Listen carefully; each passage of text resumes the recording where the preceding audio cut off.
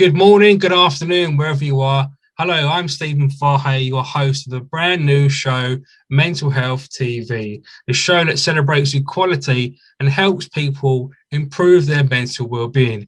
Today, I'm joined by my guest, Nadia, who's the founder of Shy and Mighty. Nadia helps people, teams, and businesses improve their performance by helping shy people to shine. Thank you so much, Nadia, for coming on the show. Why don't you give our audience a little bit of background about you, how you came into this area, and just maybe in brief what you're trying to do. Okay, well, thank you for having me, first of all. I'm the founder of Shy and Mighty, and it all began about 2 years ago. I was giving a talk about business stuff, which is my background, marketing, and I was on a panel, and I was giving a talk to a huge room of women, and it struck me that I was really having to fight to be heard. I was sort of having to grapple with others to get the microphone, and I wanted to hide, more or less. And I also realised that as I was sitting there not speaking, when I ought to have been, that you don't hear from shy people very often. And I felt like the fact that I was there, actually on the stage, was in fact a bit of a revelation, because shy people are not normally on the stage and we're not normally on panels, and as a result you don't really get to hear from us very often. And as I was pondering this, it made me realise that you only really hear from a certain type of person, because people like us are quiet and not saying anything, and often we're not in the room, let alone kind of by the microphone. So I went away and I came up with the idea for Shy and Mighty, and it first started with a podcast, and now I've been writing books, have 2 book deals, and a magazine, Unmuted, which you can actually see. Yeah, I've got that on my left up there. Yeah, muted. Yeah, up there. I'm looking forward to that.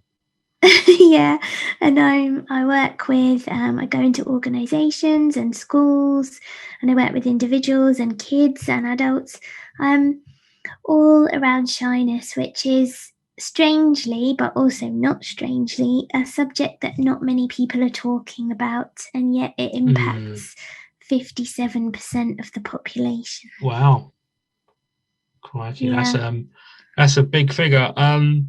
Thank you so much again for coming on, because I think, going into your profile, reading, your LinkedIn profile and the work that you do, I think it's amazing. A few questions I've got, hopefully will help our audience, and anybody that's watching this that's going through. Obviously, we know that pandemic is still around across nations. Shy people don't need fixing. It's something that I've read on your profile, and it kind of intrigued me. So could you explain that? Yeah, sure. So I think for a long time, personally, I felt like there was something wrong with me because I'm shy. People often say, stop being so shy. Oh, snap out of it, kind of thing. You're not shy, stop it, kind of thing. And when people say that, you can't just switch it off, because actually, I think it's part of our personality in many ways. And I don't believe there's anything wrong with being this way. In fact, there's lots of evolutionary reasons why people might be more reserved and cautious. If you think back to, say, well, this is my slightly kind of fictionalized version of caveman times, but imagine in caves, and there's kind of various beasts lurking around outside, where you've got the people who will, come on, let's go fight the beasts, and then you've got the people who are saying, well, actually, I think I might just stay in here. I'll make sure I'll look after everybody and plan what we're going to do, and let's just think things through. And actually, evolutionary in evolutionary terms, we're more likely to survive. because Wow. we're not going to get eaten by a beast. So yeah, I don't think we're broken. I think that we there's an upside in some ways to being this way. You know, we have skills as a result of our shyness, which Absolutely. Yeah. I don't think people talk about that very often. I think we're led to believe there's this kind of cookie cutter approach to a human being, like one brain and one personality type that's the kind of the successful winning kind. And if you're not like that, then you need to kind of buck up your ideas and sort yourself out. Well, actually, I think the world needs a mixture of personalities and Yeah. perspectives. Totally. Teams perform better when you've got a mixture of people. So they've proven that in the workplace. So I think in society as a whole, it plays out the same. We need a mixture of people, not just loud people. Yeah, I totally agree. I mean, some of the things you said there, it's kind of resonated with me, and I feel guilty in a way because when I was with my friends who were young, or I was in a group of friends, someone would be shy. No, I'll turn around to them and say, like, no, you're not shy. Like, come on, buzz out of it. Obviously, I've learned in life, you know, I'm a former teacher, so, and you know, we're especially trained in a classroom when we get, you know, there's shy people, there's lots of different conditions going on, and we need to get around those people.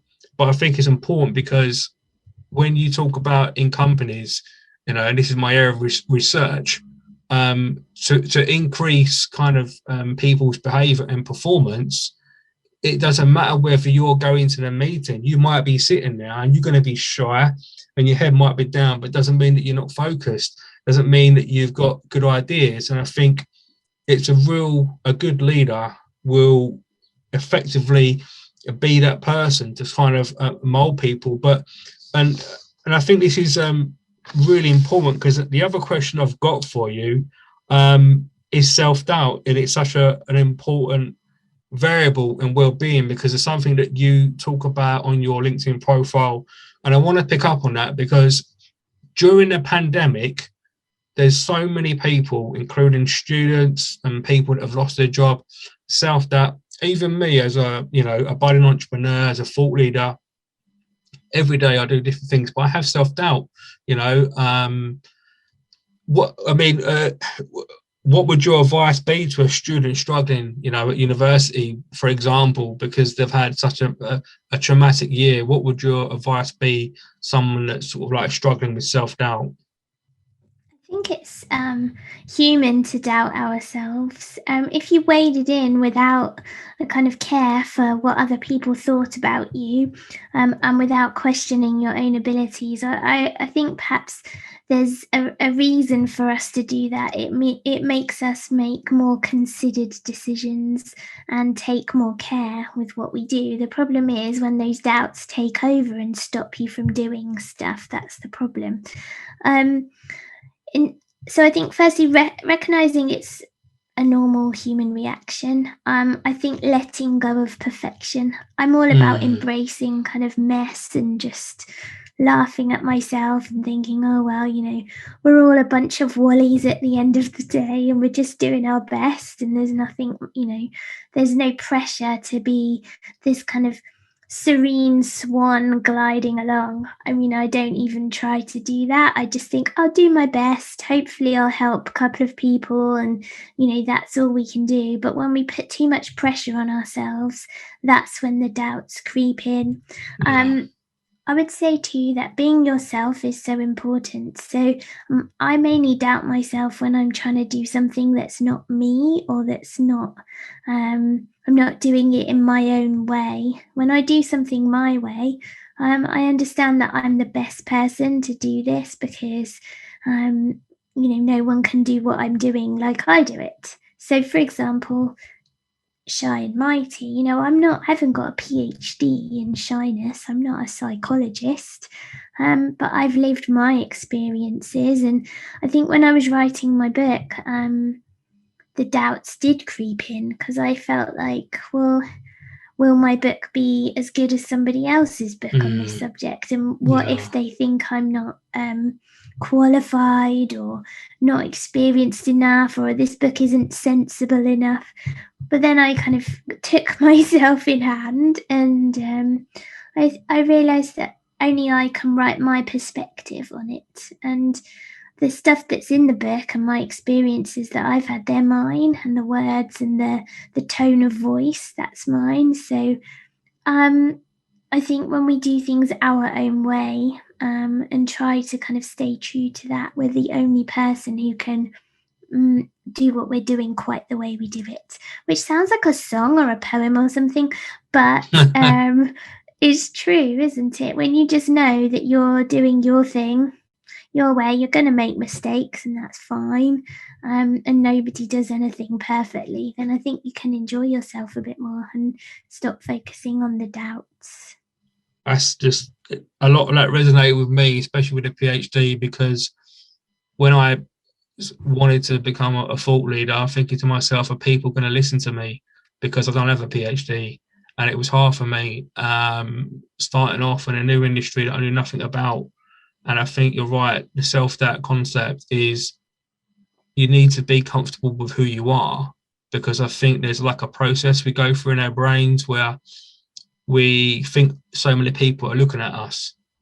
And I know that social media hate crime's gone up, and I'm investigating a lot of areas, and it's sad to see, but I think you shine a light for a lot of people, and I think that people watching this right now, anybody that's shy will take value upon your words, and I really thank you for that. So my next question is, because I've read some of your past, you've gone through maybe some difficulties like me as a child or growing up through shyness.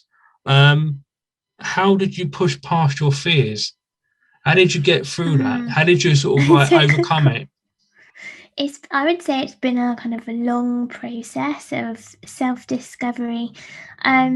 So for me, the root of my shyness. So shyness is a kind of link to uncertainty and a fear of being judged or kind of laughed at. So for me, it manifests itself as kind of really self-conscious. So for me, I can be very kind of confident that I know what I'm doing. So for example, and I do a lot of boxing. So let's say I'm boxing. I know. Yeah, I see. I I couldn't believe. I thought I see a glimpse of that on your profile, and I'm thinking, and it's like you've got these publications coming out, and but we need more people like yourself. But I think you've broken it. I mean, but would you say there was like a eureka moment? But you say like it was a process, but it's been a long process. I think. So I think it's about practicing. So right. when you're shy, you're very self-conscious. So you know you can do something, but you can't seem to do it when people are watching. You worry what they're going to think about you, and it holds you back. So for a long time, I felt really blocked, like there was resistance, something holding me back. So I knew I could write a book, but I felt uncomfortable kind of talking about it. Or I knew I had stuff to say, but I'm not good at kind of showing up and doing things like, oh, look at me, look what I've done. But you showed up here today. Yeah, you kind of, when someone says I'm inviting you on my show, I'm like, oh, okay. Yeah. I can do it. But it's just practice. I think I think about it as bravery muscles. So when I work with my clients, we practice things. So for example, one of my clients, she just got a new job. So we've been building up to her doing these interviews. She's practiced and practiced and practiced. She's built her confidence bit by bit. Each week there's like a new challenge or a new little activity that she does, so that she's flexing her bravery muscles in a really small way. It doesn't need to be huge things. So one of the big things that I think people struggle with professionally, for example, is speaking in meetings, let's say. So that's why my magazine's called Unmuted, because I think we shy people are often muted. We don't say anything. We've got ideas, we've got thoughts and insights and solutions, and they stay hidden, which incidentally in an organization is not great, because you're sitting on a gold mine of value, and everyone's like, you're hearing from kind of half of the people, not the other half are silent. So let's say your challenge is speaking up in meetings. Well, I work with people gradually to get them speaking up in meetings. So the things they do are so tiny at first that to an outgoing person it might seem like nothing, but to a shy person, they're just kind of easing in, warming up very gradually, so that eventually they can perhaps ask a question in a meeting eventually. And then from there, they can start to kind of mention something, or shine a light on somebody else. And then from there, and so I've had people go on from doing things like that through to kind of presenting at big meetings. So it builds up. So I think that's the approach I've used, not just with my shyness, but, with my boxing as well. So it's just gradual. What made you want to do boxing? I can't think of a more scary sport for someone that's shy. I mean, so I've got, I've had a long medical condition, epilepsy, for a number of years. I can't do contact sports. I mean, I'm not, I grew up, I see a lot of violence, sadly. I'm baffled. How did you get into boxing? It's just amazing. It's just like, what happened there?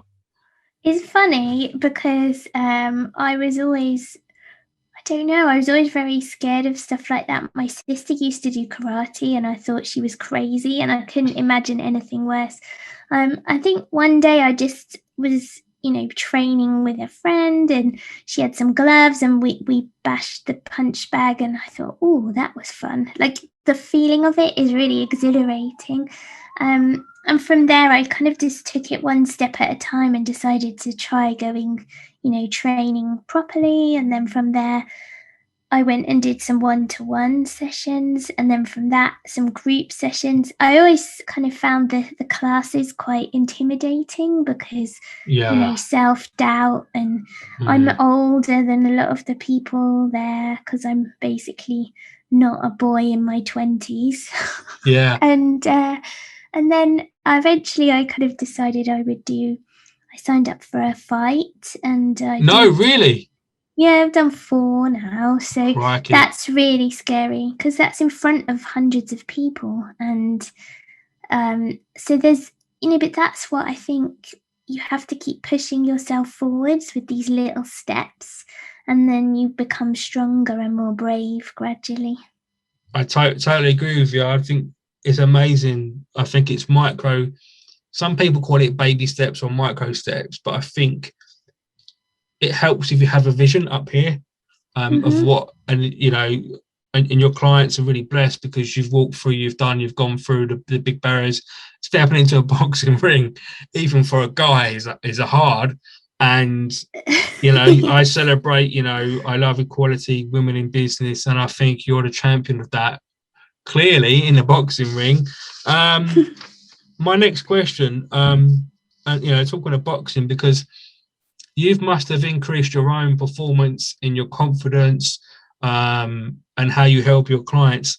There's a lot of cyberbullying going on, hate crime, a lot of shy people. What I can see are very vulnerable and have been during the pandemic. What advice would you give to somebody that is shy and maybe is experiencing some kind of cyberbullying? Because I think, it's like, it's one thing going to work and not being able to speak in a meeting, but it's a total another thing if you're being bullied and you're shy. There's, that's quite painful. Yeah, the sad thing is, I think bullies often target shy people, and we're in a bit of a pickle because often shyness kind of stems from bullying, but it also makes it worse. So I do think bullying is an issue for shy people.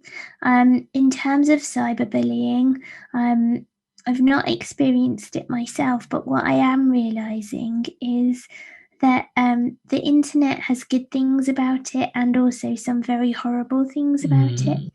The good things are that you can find your tribe. Like, I love the fact that, whatever you're into, there are people in the world who will be into it too. And being online enables you to find them. So like if you're really interested in bringing up chickens or crochet or some random samurai sword kickboxing thing, like you can find those people online. So I really like the fact that you're not limited to the people that you happen to live near anymore. You can find whoever you like. So that's quite freeing.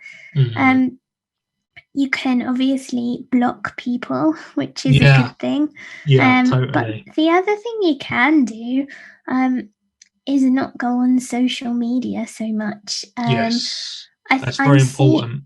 I am seeing a move away from social media. Yes, I'm seeing a lot of people who are saying that this isn't actually good for my mental health. So I've decided to move away from it. And that's one of the reasons why I've turned the magazine into a paper product. It will be available online as a digital magazine, but also you can actually order a physical product to your house to read away from the computer. Because so I think, social media does a lot for us. It connects us. It's useful. It's been obviously good during the pandemic because we can speak and we can do this interview. But if you find that it's having a bad influence on your life and that people who are connecting with you are awful, you don't need to just be there. There's plenty of other ways to consume information and connect with people. You don't need to be using social media if it's not productive or positive for you.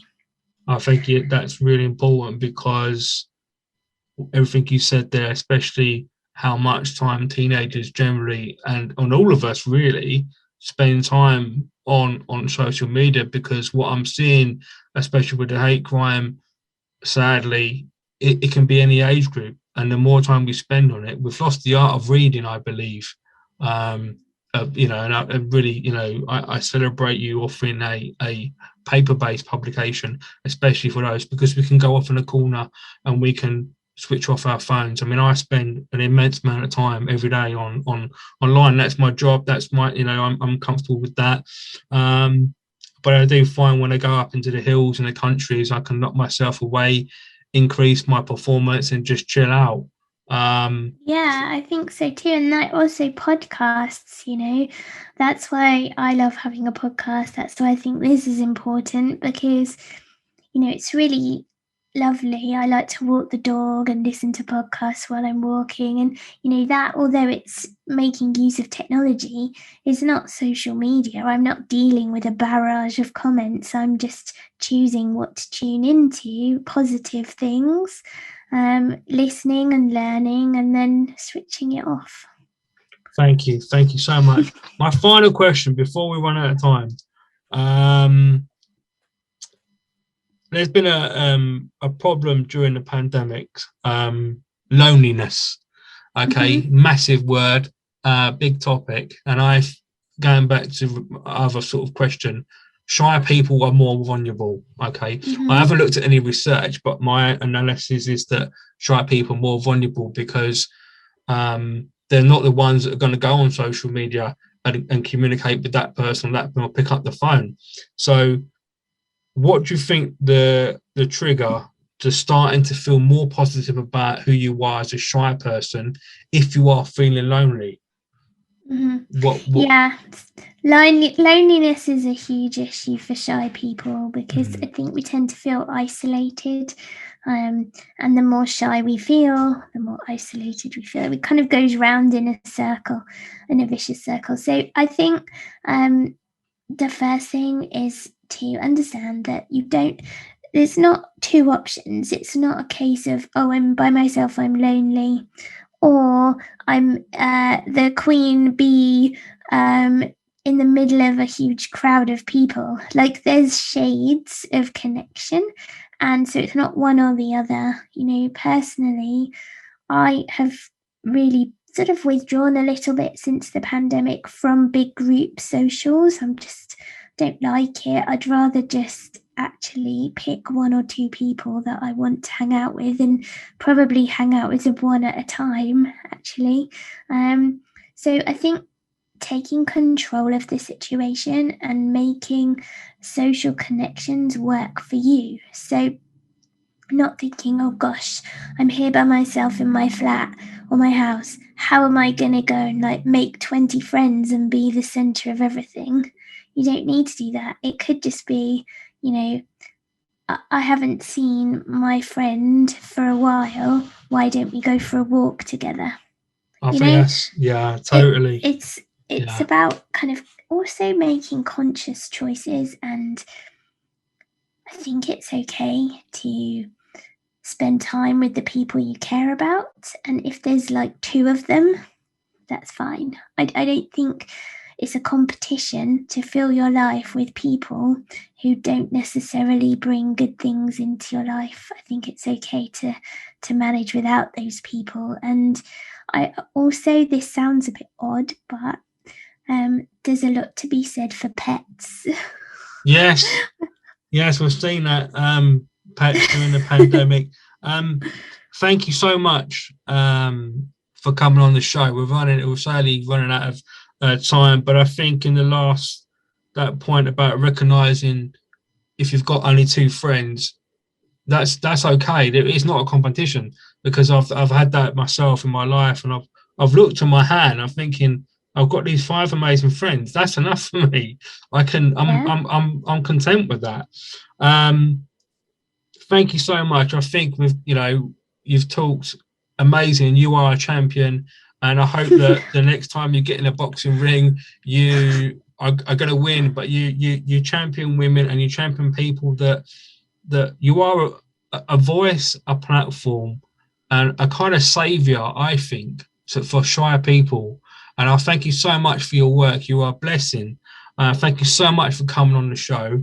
Um, Publications at the back here. You can find these on your LinkedIn profile, I believe. The pink one Yeah. is coming out, and the grey one is available to view. I highly recommend it. I've actually read that myself.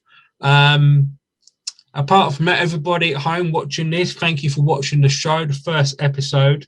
I thank you, Nadia, again for coming on.